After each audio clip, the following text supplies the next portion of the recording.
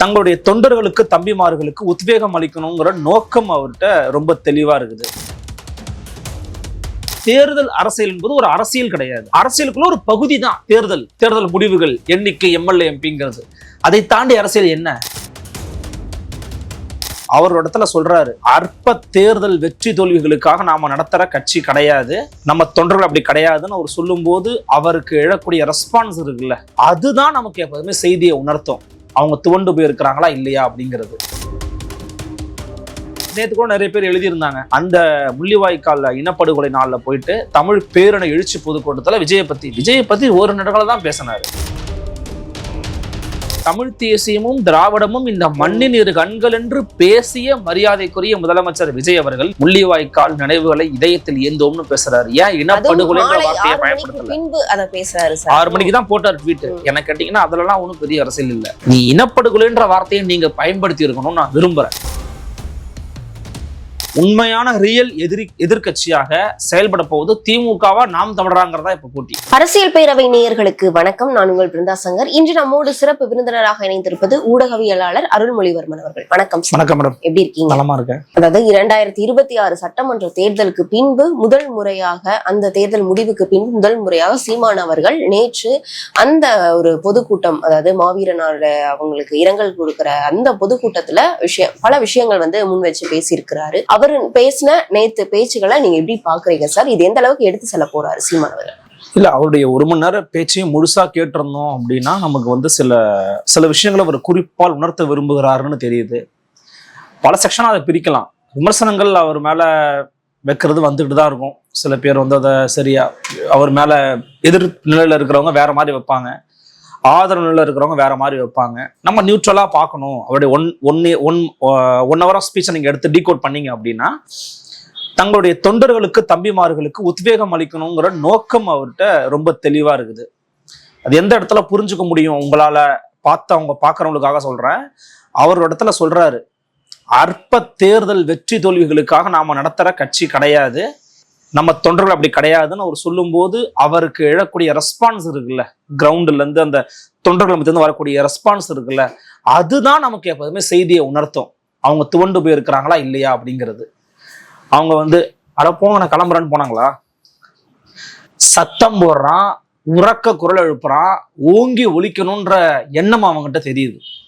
அப்ப நம்ம இன்னும் அண்ணனுடைய கரத்தை இறுக பற்றணும் அப்படின்னு தம்பிகள் பெரும்பாலும் நினைக்கிறாங்க அப்படிங்கிறது நம்மளால குறிப்பால் உணர்ந்து கொள்ள முடியுது. இல்ல சார், நீங்க குறிப்பால் உணர முடியுது அப்படின்னு சொல்றீங்க. ஆனா இவ்வளவு உறக்கமா அந்த தொண்டர்கள் இருக்கிற பட்சத்துல இந்த தேர்தல்ல ஒரு குறிப்பிட்ட அளவு அந்த வாக்கு சதவீதத்தை அவங்க இதற்கு முன்பு வாங்கின வாக்கு சதவீதத்தை கூட தக்க வச்சுக்க முடியாத ஒரு சூழல் இருக்கு. அதான் என்னன்னா, எக்ஸிஸ்டிங்கா அவருக்கு ஏற்கனவே இருக்கிற கோர் ஐடியாலஜி ஓட்டு தான் ரிட்டைன் ஆயிருக்குன்ற இந்த 4% போனது அப்படிங்கிறது திமுக அதிமுக வேணாம் நினைச்சவங்க நாம் தமிழர் கட்சிக்கு வாக்களிச்சிருப்பாங்க. இந்த 4% தான் அவருடைய தத்துவார்த்த ரீதியிலான கொள்கை ரீதியிலான பேச்சுக்கும் செயல்பாட்டுக்கும் கட்சிக்குமான வாக்கு. இந்த கட்சிக்கு உறுப்பினர்களே இவ்வளவு லட்சங்களை தாண்டிதான் இருப்பாங்க, அப்கோர்ஸ் நான் நினைக்கிறேன்.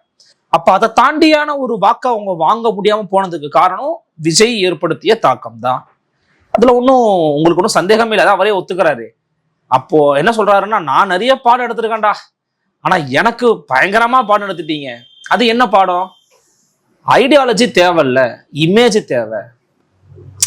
உங்களுக்கு கொள்கை கவர்ச்சி முக்கியம் இல்ல, திரை கவர்ச்சி தான் முக்கியம். கொள்கையில கூட ஏதாவது ஒண்ணு புரிஞ்சு யாரு எம்எல்ஏ யாரு வேட்பாளரா இருக்கிறாங்க, அவங்களுடைய சித்தாந்தம் என்ன, அவங்களுடைய பின்புலம் என்னங்கிறதெல்லாம் எதுவுமே தேவையில்ல, இது மட்டுமே போதும் நினைக்கக்கூடிய நல்ல மக்கள் இருக்காங்களேன்னு அவர் வேதனை தான் படுறாரு. ரொம்ப வித்தியாசமா இருக்கும். பல பேருடைய பேச்சுக்கு நம்ம வித்தியாசத்தை புரிஞ்சுக்கணும்னா அவங்க நீங்க ரொம்ப அணுக்கமா நெருக்கமா பார்த்தீங்கன்னா உங்களுக்கு தெரியும்.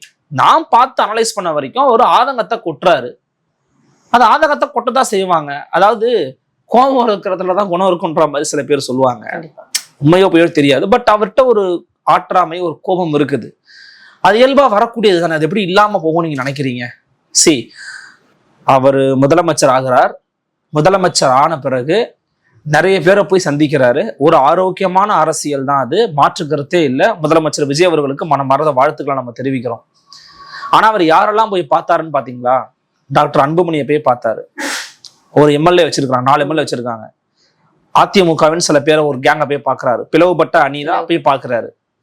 அதன் பிறகு திமுக தலைவரை பார்க்கறாரு, டெபுட்டி சிஎம்மா இருந்தவரை போய் பார்க்கறாரு, பிசிக தலைவரை போய் பார்க்கறாரு. நாம் தமிழர் தலைவர் ஏன் வந்து பார்க்கணும்? எம்எல்ஏக்கள் இருக்காங்களா, எம்பிக்கள் இருக்காங்களா? ரெப்ரசன்டேஷன் என்ன உங்களுக்கு பீப்புள் மத்தியில? 4% ஓட்டு. அதுக்காகவா வந்து ஓட்டுக்காக வந்து பார்த்தாரு? அந்த தனிப்பட்ட மனிதர் தனக்கு ஒரு காலத்துல அரசியல் ரீதியிலான ஆலோசனைகளை வழங்கிய ஒரு நபர். அது விஜய்க்கும் தெரியும், சீமானுக்கும் தெரியும். அப்படி இருக்கும்போது ரெப்ரசன்டேஷன் முக்கியம் இல்ல, ஓட்டுகளின் எண்ணிக்கை முக்கியம் இல்ல, மக்கள் பிரதிநிதித்துவத்தை தாண்டி தனி மனித ரீதியில அவர் என்ன எப்படிப்பட்ட ஆளு அப்படிங்கிறது விஜய்க்கு தெரியும். அவர் மீது அரசியல் ரீதியான விமர்சனங்கள் இவரும் வைக்கிறாரு தான். இப்ப விஜய் அவர்கள் ஏன் வைக்கலாம்? விஜய் அவர்கள் ஊடகத்தை சந்திக்கவோ இது போன்ற தனிப்பட்ட இதில் பேசுறதையோ அந்த விமர்சனங்களே அவர் விரும்பல. அவர் அதை பண்ணவும் போறது கிடையாது, பண்ணவும் மாட்டாரு. நம்ம எதிர்பார்க்கறது நம்மளுடைய ஏமாற்றம்னு நினைக்கிறேன். முட்டாள்தனம் கூட சொல்ல மாட்டேன். நம்ம முட்டாள்கள் கிடையாது, நம்ம ஏமாறுறோம், அவ்வளவுதான். அப்ப அதோட ஒரு பகுதி. இப்போ சீமானவர்கள் நேற்று கூட நிறைய பேர் எழுதியிருந்தாங்க, அந்த முள்ளிவாய்க்கால் இனப்படுகொலை நாள்ல போயிட்டு தமிழ் பேரணி எழுச்சி பொதுக்கூட்டத்துல விஜயை பத்தி ஒரு நெடுகளை தான் பேசினாரு. அதுல தனித்தமிழிடம் ஏன் தேவை, எப்படி ஒரு ஒடுக்கப்பட்ட தேசியினம் ஒடுக்கிய தேசியனத்தோடு வாழ முடியாது, அதற்கு இந்திய ஒன்றியத்துக்குள்ள இருக்கக்கூடிய மொழிவழி தேசிய இனங்களுடைய நிலைப்பாடுகள்ங்கிறது எப்படி நம்ம தெரிஞ்சுக்கிறது, அதன் மூலமாக ஒட்டுமொத்த உலக அரங்களையும் நடக்கப்பட்டது ஒரு போர் குற்றம் அல்ல, அது ஒரு இனப்படுகொலை, ஜெனசைடு அப்படிங்கிறது எப்படி நம்ம நிறுவனம் இப்படிங்கிறத குறித்த ஒரு வழிமுறையை சொல்றாரு. உனக்கு உன் கண்ணுக்கு விஜய்னு தெரிஞ்சா உன் கண்ணு போய் மருத்துவர்கிட்ட போய் காமிக்கணும், இல்ல காத மருத்துவர்கிட்ட காமிக்கணும், இல்ல ஒரு இடத்துல நிலையா உட்காந்து உன்னால ஒரு மணி நேரம் ஒரு உரையை கேட்பதற்கு உன்னால முடியலன்னா அது வேற பிரச்சனை உனக்கு இருக்குன்னு அர்த்தம். ஒருத்தர் என்ன பேசுறாருன்னு முழுமையா பார்த்துட்டு அதன் மீது சரி தவறுகளையோ ஆய்வுகளையும் நீ மேற்கொள்ளலாம். கண்மூடித்தனமா பேசுறது, ட்விட்டர்ல உட்காந்து என்ன தவணா எழுதுவேன் பேசுவேன்னு போறதுங்கிறது ஒரு நல்ல அரசியல் கிடையாது. இப்ப நான் பார்க்கும்போது என்ன புரிஞ்சுக்கிறேன்னா, அவருடைய விஷன்ல இருந்து அவர் தடுமாறல, அவருடைய நோக்கம் ரொம்ப இன்னும் அதே மாதிரி சாலிடா இருக்குது. ஏங்க அப்படி இருந்தா தடுமாற்றம் தெரிஞ்சிருந்தா 29 பத்தி அவர் இப்பயே அறிவிக்கணும். கண்டிப்பா சார். அந்த 29 பத்தி இப்போ அறிவிச்சது, தனித்துதான் போட்டியிட போறோம், வரும் 5 ஆண்டுகள்ல இன்னுமே நம்ம துரிதமாக வேகமாக செயல்படணும் அப்படின்னு பேசின விஷயம் வந்து அந்த தொண்டர்களுக்கு ஒரு புத்துணர்வை கொண்டு வரணும் அப்படின்றதுக்காக தான் அப்படின்ற மாதிரியும் பல விமர்சனங்களை வந்து முன்வைக்கிறாங்களே. இல்ல அவர் வந்து இப்போ எனக்கு தெரிஞ்சு தமிழ்நாட்டுக்குள்ள அந்த சீமானோட கருத்தை உடன்படுறேன், செத்து போய் இருக்கக்கூடிய நிலைமையில இருந்தது, தவறான முறையில சொல்லல, கிட்டத்தட்ட ஒரு ஆட்களே இல்லாத ஒரு கட்சியா தான் காங்கிரஸ் இருந்துச்சு. அதை உயிர்ப்பிச்சு கூட்டிட்டு வந்தது திமுக. முதுகுலயே குத்தனானா பச்சக்குன்னு குத்தி அங்கிட்டு போயிட்டாங்க. இதுக்கு வந்து சில காரணங்கள் இருக்கலாம். நான் என்ன கேட்டீங்கன்னா திமுகவுக்கு அது தேவை, அதை அனுபவிச்சுட்டாங்க. இப்ப அவங்க போயிட்டாங்க, ரைட், விட்டுருங்க. இப்போ சீமானவர்களுடைய நாம் தமிழர் கட்சிங்கிறது 2009 வந்து 10க்கு பிறகு உருவாக்கப்பட்ட போது அவர்கள் மிக முக்கியமான பிரதான எதிரியாக அவங்களுக்கு கட்டமைத்தது காங்கிரஸ் தான். இன்னைக்கு இந்த காங்கிரஸோட தமிழ் தேசியமும் திராவிடமும் இந்த மண்ணின் இரு கண்கள் என்று பேசிய மரியாதைக்குரிய முதலமைச்சர் விஜய் அவர்கள் நேற்றைக்கு முள்ளிவாய்க்கால் நினைவுகளை இதயத்தில் ஏந்தோம்னு பேசுறாரு. ஏன் இனப்படுகொலைன்ற வார்த்தையை பயன்படுத்தல? 6 மணிக்கு தான் போட்டார் ட்வீட். என்ன கேட்டீங்கன்னா அதுலலாம் ஒன்றும் பெரிய அரசியல் இல்லை. நீ இனப்படுகொலைன்ற வார்த்தையை நீங்க பயன்படுத்தி இருக்கணும்னு நான் விரும்புறேன். அல்லது குறைந்தபட்சம் இலங்கை அரசு அல்லது இலங்கை மீதான ஒரு பார்வையும் அவர் வந்து வைக்கல. ஒரு வகையில மகிழ்ச்சிங்க, இது வரைக்கும் எந்த முதலமைச்சரும் இப்படியான ஒரு ட்வீட், அதாவது ஜெயலலிதா அம்மையார் பண்ணாங்க. ஜெயலலிதா அம்மையார் இலங்கை மீது பொருளாதார தடையை கொண்டு வரணும்னு சொன்னாங்க, சட்டமன்றத்தில் தீர்மானம் பண்ணாங்க. அதுக்கு வேல்யூ என்னன்னு நீங்க கேட்டு கிரிட்டிசைஸ் பண்ணலாம், பட் ஷி மேட் இட். அவங்க அதை பண்ணாங்க. அவங்க நினைச்சு இன்னும் நாள் உயிரோடு இருந்திருந்தாலோ அல்லது அவங்க இன்னும் கொஞ்சம் சார்ந்து இயக்க ஆட்கள் உடன் இருந்திருந்தாலோ அதை முடுக்கி விட்டு அவங்களை ஏதாவது ஒண்ணு பண்ண வச்சிருக்க முடியும் கண்டிப்பா. பட் இங்க அதுக்கான சாத்தியக்கூறு இருக்கிற மாதிரியே தெரியல. ஏதோ ஒரு வகையில எனக்கு ஒரு நெருடலா இருக்கிறது என்னன்னா, கொஞ்சம் அந்நியப்படுறாரோன்னு தோணுது. ஒரு கார்பரேட் மயமான ஒரு ஒரு ஒரு எராக்குள்ள நுழையிறோமோன்னு தோணுது. அது மேபி அது உண்மையா பொய்யா எனக்கு தெரியல, பட் அந்த அந்த எண்ணமும் அந்த தோற்றம் எனக்கு உருவாகுது அவர் மீது, விஜய் அவர்கள் மீது, முதலமைச்சர் மீது. மேபி கோட் சூட் போடுறாங்க, அதனால நீங்க கேட்க வேண்டாம். அரசியல் ரீதியா பார்க்கும்போது அப்படி ஒரு விஷயம் ஒன்று உருவாகுது. பட் அதை தாண்டி அவர் ஏதாவது செயல்படுத்தினாருன்னா மகிழ்ச்சி தான். ஸோ சீமானோட அந்த ஸ்ட்ராட்டஜி வந்து 29க்கு ஒர்க் அவுட் ஆகக்கூடிய ஸ்ட்ராட்டஜி தான். இதனால வாக்கு சதவீதம் கூடுமா குறையுமா நோபடி நோஸ், ஈவன் சீமான் ஆல்சோ நோஸ். நோ, தெரியாது, அவருக்குமே தெரியாது என்ன ஆகணும். பட் ஆனால் ஒரு விஷயம் பாசிட்டிவா நான் பார்க்கறது என்னன்னா, அவர் சொல்லியிருக்கிறாரு இந்த ஜூன் மாசம் முதல் வாரத்துல இருந்து நான் மாவட்டமா வரப்போறேன், நம்ம கட்சியை கட்டுற வேலையை பார்ப்போம் அப்படின்னு இருக்கிறாரு. அந்த வேலையை இப்போதுல இருந்து செஞ்சாதான் 29க்கு நீங்க கிரவுண்ட்ல அதுக்கான ரிசல்ட் கிடைக்கும். அதுதான் நான் துவக்கத்துல இருந்தே பல முறை சொல்லிக்கிட்டு இருக்கேன், உங்களுடைய ஊடகத்துல பல முறை சொல்லியிருப்பேன். எலெக்ஷன் அறிவிச்சா ஒரு 6 மாசத்துக்கு 1 வருஷத்துக்கு வேலை செய்யக்கூடாது. எலெக்ஷன் அறிவிப்புக்கு முன்பாகவே வேலை செய்யும். எப்ப வேணா அறிவிச்சுட்டு போறான். இன்னொன்னு, நாம் தமிழர் கட்சி வந்து உணர்வால் கட்டப்பட்ட கட்சி. எலெக்ஷன் மட்டும் அரசியல் கிடையாது. தேர்தல் அரசியல் என்பது ஒரு அரசியல் கிடையாது. அது ஒரு அரசியலுக்குள்ள ஒரு பகுதி தான் தேர்தல் முடிவுகள், எண்ணிக்கை, எம்எல்ஏ, எம்பிங்கிறது. அதை தாண்டி அரசியல் என்ன? ஏன் இன்னைக்கு மோடி வந்து பெட்ரோல்ல டீசல்ல வந்து இவ்வளவு இதுவாயிட்டு இருக்கு, கொஞ்சம் கம்மியா பயன்படுத்துங்க, தங்கம் வாங்க போகாதீங்க, இப்பெல்லாம் ஏன் பேசுறாரு? அப்ப அந்த அரசியலுக்கு பின்னாடி இருக்கிற கார்பரேட் மையத்தினுடைய பின்னணி என்ன? ஏன் எக்கனாமி லெவல் இன்னைக்கு ரொம்ப டவுன்ல போய்கிட்டு இருக்கு? உங்களுக்கான உரிமையை உங்களால பெற முடியல. அடிப்படை வசதி என்னம்மா ஒரு மனிதனுக்கு? உண்ண உணவு, உடுக்க உட, இருக்க இடம், இது 3 நீங்க எல்லாருக்கும் கிடைச்சிருச்சா? கிடைக்கல. அதை நோக்கி நீங்க கேள்வி எழுப்பணும். நீங்க அரசியல் மயப்படணும், விஜய் மயப்படக்கூடாது. அரசியல் மயப்படுத்துவதுதான் நம்ம வேலை, விஜய் மயப்படுத்துவது நம்ம வேலை கிடையாது. அதை யாரு பண்ணாலும் தவறு தான். அதை தாவேக்காவே பண்றாங்களா, தவறுதான். கண்டிப்பா இதுதான் ஆகணும் நம்ம. கண்டிப்பா சார். ரொம்பவே உருக்கமான ஒரு பதிவு ஒண்ணு சொல்லியிருந்தாரு. என்னன்னா, எளிதா கிடைக்கக்கூடிய எந்த ஒரு விஷயத்தையும் மதிப்பா வந்து மக்கள் பார்க்கல, இனிமேலும் அந்த மாதிரியான விஷயங்களை நான் முன்னெடுக்க போறேன் அப்படின்ற மாதிரியான விஷயங்களை வந்து நேத்து சொன்னாரு. இது சீமான் அவர்கள் சொன்னது மக்கள் மத்தியில எடுபடும் நீங்க நினைக்கிறீங்களா? இல்ல, அவர் எளிதா கிடைக்கிறதுன்னு எதை சொல்றாருன்னா, அவரை அப்ரோச் பண்றது, உண்மையிலேயே சொல்றேன், அவர் அப்ரோச் பண்றது மற்ற நபர்களை கம்பேர் பண்ணும்போது, தலைவர்களை கம்பேர் பண்ணும்போது ஈஸியான ஒண்ணு. நீங்களே உங்களே சொல்றேன், நீங்க அரசியல் பேரவை சேனல் மூலமா ஒரு பைட் எடுக்கணும்னு ஒரு போராட்டத்துக்காக போறீங்கன்னா, ஆனா ஒரு பைட் கொடுக்கணும்னா நின்று உங்களை பார்த்து கொடுப்பாரு. நீங்க என்ன ஊடகம், என்ன சேனல், உன் பேர் என்ன, உன் வரலாறுலாம் கேட்க மாட்டாரு. கேட்ட கேள்விக்கு பதில் கொடுத்துட்டு போயிட்டே இருப்பாரு. இது ஒரு அரசியல் தலைவனுக்கு, ஒரு அரசியல்வாதிக்கு இருக்க வேண்டிய அடிப்படை தகுதி அப்படின்னு நான் நினைக்கிறேன். அது அவருக்கு இருக்கு, இன்னும் இருந்துகிட்டு தான் இருக்குது.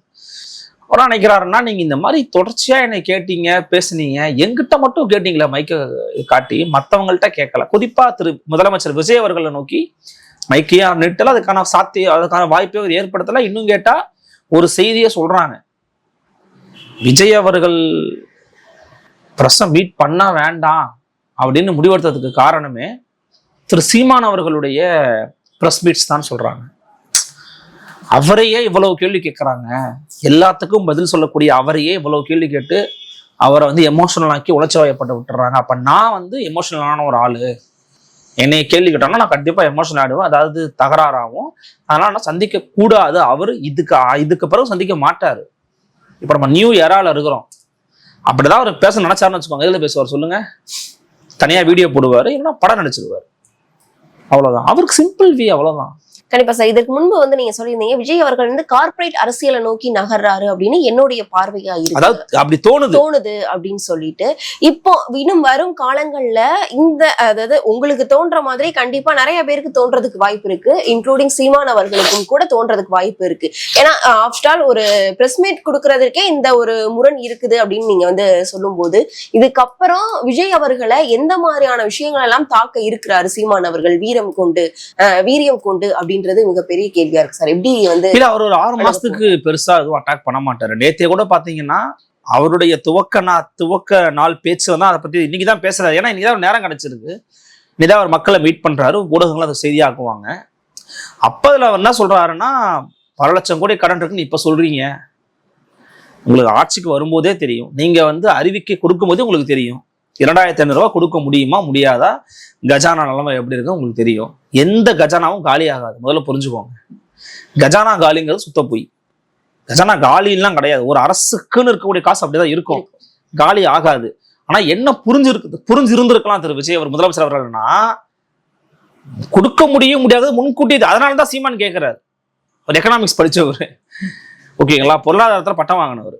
அவருக்கு தெரியுது, எப்பா 1 லட்சம் கோடி கடன் இருக்கு, 1 லட்சம் கோடி நம்ம வந்து அறிவிக்கிறீங்க, ஈரானும் இஸ்ரேலையும் வாங்கினாதான் நீ சிலிண்டரே கொடுக்க முடியும், கொடுங்க, நான் பார்க்க தானே போறேன். அதாவது ஒரு எதிர்க்கட்சியோட வேலைங்கிறது சொன்ன சொல்லை காப்பாற்றுகிறதா ஆளுங்கட்சின்னு கேட்க வேண்டியவளா எதிர்க்கட்சியோட வேலை. கண்டிப்பா அந்த வேலையை ஆரம்பிச்சிருக்கிறாருன்னும் போது மனமாற பாராட்ட தானே செய்யணும். கண்டிப்பா இப்ப என்னன்னா உண்மையான ரியல் எதிர்க்கட்சியாக செயல்பட போவது திமுகவா நாம் தமிழராங்கிறதா இப்ப போட்டி. கண்டிப்பா சார். யாருக்கும் போட்டினா திமுகவும் நாம் தமிழர் கட்சி. இந்த அதிமுக சீன்லே இல்ல. அவங்க 2 பேரும் அடிச்சுட்டு மங்கா மாள்றாங்க. என்ன ஆக போகுதுன்னு தெரியல. கதை கந்தரகுலமா ஆயிட்டு இருக்காங்க. அப்ப திமுகவா நாம் தமிழர் கட்சியா நல்ல எதிர்கட்சி யாரு அப்படிங்கிறது போட்டி வரும். இன்னும் போட்டி கூர்மை அடையும் போது கொள்கை ரீதியா தாவேக்காவை விமர்சனம் பண்றதுல முரண்பட்டு நிக்கிறதுல நாம் தமிழர் கொஞ்சம் கூடுதலா இருப்பாங்க. ஏன்னா அண்மையில கூட நீங்க பாத்திருப்பீங்க, தாவேக்காவும் திமுகவும் ஒண்ணுதான். அந்த ஐடியாலஜி எல்லாம் பெரிய இவங்க ஐடியாலஜியில இவங்களுக்கு கிளாரிட்டி இல்லைங்கிறது வேற. ஆனா அவங்க ஒரு பேருக்கு நேம் சேக்காக திமுக எடுத்துப்பாங்க. ஏன்னா திமுக தான் ஒரு முற்போக்கு கட்சிங்கிற ஒரு பிராண்ட்ல இருக்கிற ஒரு கட்சி. இப்ப அந்த பார்வை நம்ம நினைப்பாங்க. ஆனா எம்ஜிஆர் எடுத்துப்பாங்க. இதுதான் பெரிய குழப்பமே தாவேக்கா கிட்ட. அப்போ அவங்களுக்கு எதுவும் கிடையாது. ஆனா அவங்களுக்கு பிராண்ட் எடுத்து வச்சுக்கணும் முயற்சி பண்ணுவாங்க. அப்ப அந்த இடத்துல என்ன கேட்டீங்கன்னா, நான் பல முறை கூட உங்கள்கிட்ட சொல்லியிருப்பேன், எதிர்கால அரசியலுங்கிறது நாம் தமிழர் கட்சி வர்சஸ் தாவேக்கான்னு போறதுக்கு நிறைய வாய்ப்பு இருக்கு. ஏன்னா திமுகக்குள்ள அந்த உள் முரண்பாடுகளை உட்கிரகிச்சுக்கிட்டு சகிச்சுக்கிட்டு மாறிடுவாங்களாங்கிறது தெரியல. அதிமுகக்குள்ள ஏற்கனவே பல பிரச்சனை உருவாயிருக்குது. 29 தமிழ்நாட்டுல என்ன சூழல் இருக்க போகுதுன்னே தெரியல. இப்ப திமுக இந்தியா பிளாக்ல இருக்கா இல்லையா? இல்லைங்கிறாங்க. இப்ப காங்கிரஸ் இல்லைன்னா இப்ப திமுக கூட்டணியில 40 பேருக்கு யாரு கடன் கொடுப்பாங்க? 40 பேர் திமுக தான் நிக்குமா? இல்ல என்ன பண்ண போறாங்க? அப்ப 3 அணியா 4 அணியா 5 அணியா பிரியுமா? இப்ப தேசம் இது பெரிய ஒரு நமக்குலாம் ஒரு பெரிய தீனி இருக்குது.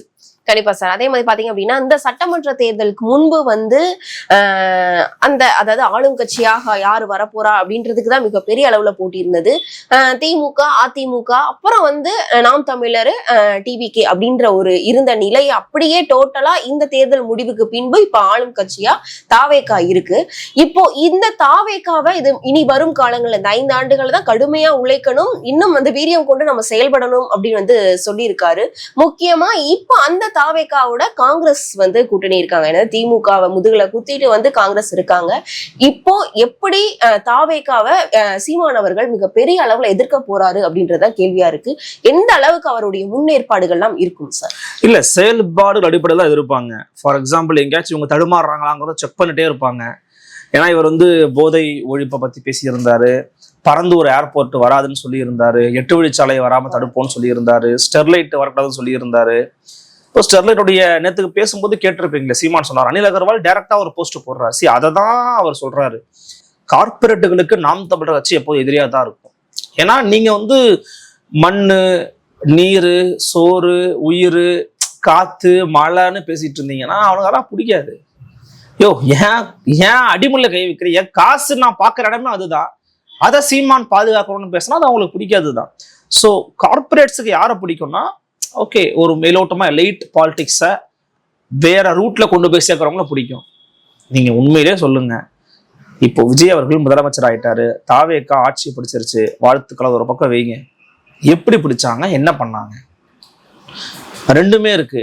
நான் இப்போ வெறுமனே திரை கவர்ச்சின்னு நான் பேசல, பட் பிரதானமா தெரிவது அதுதான். எனக்கு திமுக அதிமுகவால் இருக்கிற விருப்பம்னா ஒரு பக்கம் இருக்கட்டும்ங்க, இந்த விஷயம் நடக்கிறதுக்கு காரணம் விஜய் அவர்களுடைய 30 ஆண்டு கால திரையுலக உழைப்பை தாண்டி வேற என்ன இருக்கு? இப்ப வேறொரு நடிகர் தான் பண்ணிருக்க முடியுமா? வேறொரு நடிகர் வராருப்பா, அந்த நடிகர் இதே விஷயத்த பண்ணிட முடியுமா? முடியாது. ஏன்னா இந்த அளவுக்கு பாப்புலாரிட்டி இருக்கிற ஒரு ஆக்டரால தான் அதை பண்ண முடியும். அப்ப அதை விஜய் பண்ணிட்டாரு. 10-15 பொதுக்கூட்டங்கள் தான் போட்டாருன்னு நினைக்கிறேன். I think so. அதுவே ரொம்ப ஜாஸ்தி, அதிகம். அதுக்குள்ள போட்டதெல்லாம் பண்ணிருக்கிறாரு. இவரை தாண்டின உழைப்புகளை மற்றவங்க கொண்டு போய் சேர்த்துருக்கிறாங்க. பட் அதுக்கான ரீச் இல்லை. அப்ப நீங்க யோசிச்சு பாத்தீங்கன்னா இது ஒரு வகையில, அதான் அவர் சொல்றதான் நானும் சொல்றேன், இப்ப நம்ம தவறா இருக்கோமோன்ற அளவுக்கு சிந்திக்க வைக்கிறாங்க. பட் என்ன கேட்டீங்கன்னா நான் அப்படி சொல்ல மாட்டேன். நாம் தமிழர் கட்சி போலவே திமுக இருக்கிறவங்களும், அதிமுக விட்டுருங்க, இவங்கெல்லாம் கொள்கை சார்ந்து இன்னும் வீரியமா இயங்குவாங்க. நீங்க எப்போதுமே காயினோட ஒரு பக்கத்தை பார்க்கக்கூடாது, மறுபக்கத்தையும் சேர்த்து பார்க்கணும்.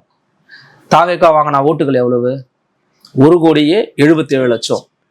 திமுக வாங்கின ஓட்டுகள் எவ்வளோ? 1,30,40,000 தொட்டுட்டாங்க. அதிமுக 1,10,20,000, சீமான் 20 லட்சம். சேர்த்திங்கனால எவ்வளோ வந்துடும்னா 1,02,00,000, 3 கிட்ட வந்துடுது. 2,50,00,000 தாண்டி 2.5 கோடி மக்கள் விஜய் அவர்களை தேர்வு பண்ணக்கூடாதுன்னு நினைச்சிருக்காங்க. நான் அவங்க அதாவது இந்த கனெக்லேஷன்ஸ் வந்து எப்போதுமே எல்லா இடத்துலயுமே இருக்கும். கண்டிப்பா. நான் இப்ப ஒரு பெரும்பான்மையை வாங்கினதையோ ஜெயிச்சதையோ குறைச்சி சொல்லல. இது எதுக்காக நீங்க எடுத்துக்கணும்னா, கொள்கையை சார்ந்து யாரும் இல்லைன்னு நினைக்காதீங்கன்ற உங்க நம்பிக்கைக்காக நான் சொல்றேன். நாம் தமிழர் கட்சிக்கோ திமுகவோ கொள்கையை சார்ந்து இயங்குறவங்களே யாருமே இல்லை, சொசைட்டில எல்லாம் அப்படின்னு நினைக்காதீங்க. அப்படிலாம் இருக்கிறாங்க. இன்னைக்கு அவருக்கு ஒரு வாய்ப்பு கிடைச்சிருச்சு, மக்கள் போய் போட்டாங்க. பட் நாளைக்கு அவர் செயல்படக்கூடிய மீது விமர்சனம் வந்து என்னப்பா இப்படி இருக்காரு விஜய் நினைச்சு உங்க பக்கம் திரும்ப நிறைய வாய்ப்புகள் இருக்கு. மக்கள் இப்படிதான் வாய்ப்பை கொடுத்துருக்காங்க. இதுக்கே தோண்டு போனா எப்படி? இவ்வளவு பேசுறோமே, கருணாநிதிக்கு எப்படி வந்திருக்கும் எம்ஜிஆர் ஜெயிக்கும் போது? கண்டிப்பா. கருணாநிதி அவர்களுக்கு அண்ணாவின் தம்பி, அண்ணாவின் இதே கணிவர் எம்ஜிஆர் சொல்லிட்டாரு. எம்ஜிஆருக்கு இருக்கிற ஒரே விஷயம் திரை கவர்ச்சி. பட் பாலிடிக்ஸ்ல இருந்தார். அவர் என்ன பக்கத்துல இருப்பார், அண்ணாவுக்கு பக்கத்துல, கருணாநிதி பக்கத்துல இருந்தார், பாலிடிக்ஸ பண்ணார். ஆனா முதலமைச்சர் ஆவதற்கான வாய்ப்பு தகுதி எப்படா எம்ஜிஆருக்கு வந்துச்சுன்னு கருணாநிதி யோசிச்சிருக்க மாட்டாரா? யோசிச்சிருப்பாரு. சாகர வரைக்கும் இருந்தாரா? அசைக்கவே முடியல. ஆனா அது எம்ஜிஆர் கடுமையா உடைச்சார். எம்ஜிஆர் ரூட் லெவலுக்கு வந்தாரு. அதனாலதான் எம்ஜிஆர் வச்சு நான் கம்பேர் பண்ண மாட்டேன். பட் எதுக்காக இதை சொல்றேன்னா, ஒரு உத்வேகத்துக்கு சொல்றேன். கண்டிப்பா. 10 ஆண்டு காலம் எதிர்கட்சியாகவே இருந்து அதன் பிறகு தமிழ்நாட்டை ஆண்டாரா இல்ல கருணாநிதி? முடிஞ்சுதா? அதன் பிறகு அதிமுக என்ன பண்றதுன்னு தெரியாம தடுமாறுச்சு.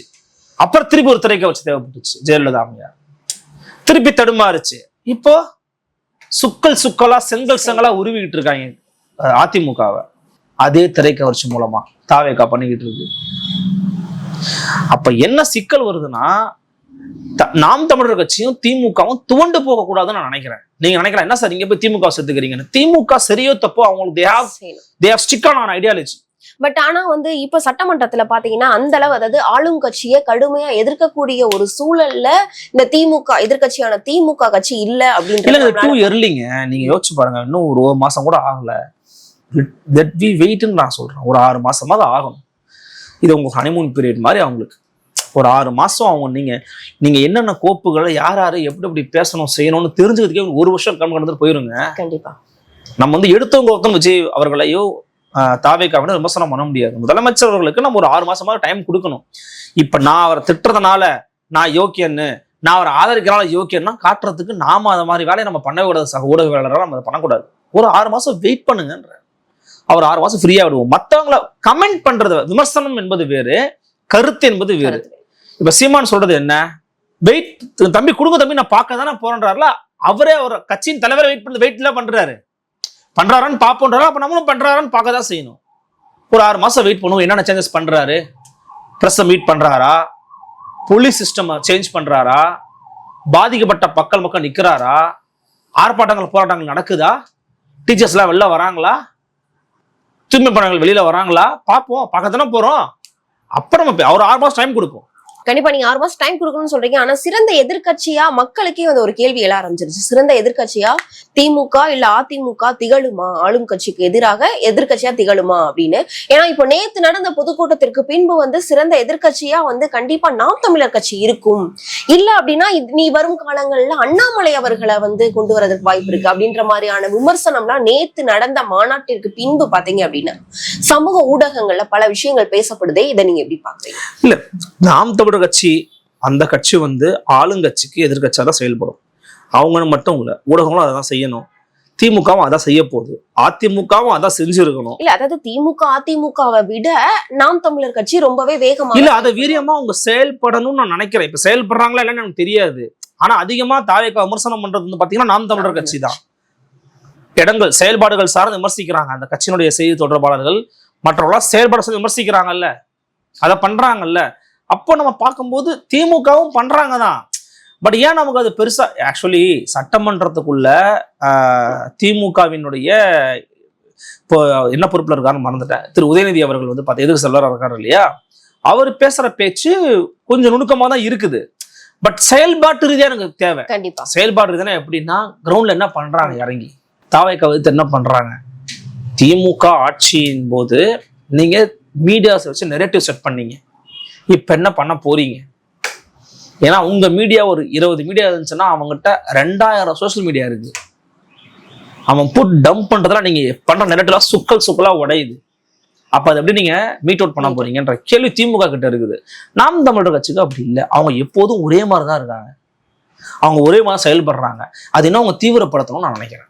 கண்டிப்பா பொறுத்திருந்து பார்க்கலாம். அரசியல் ரீதியா இருக்கக்கூடிய பல்வேறு விவரங்களை எங்களோட பகிர்ந்தமைக்கு நன்றி.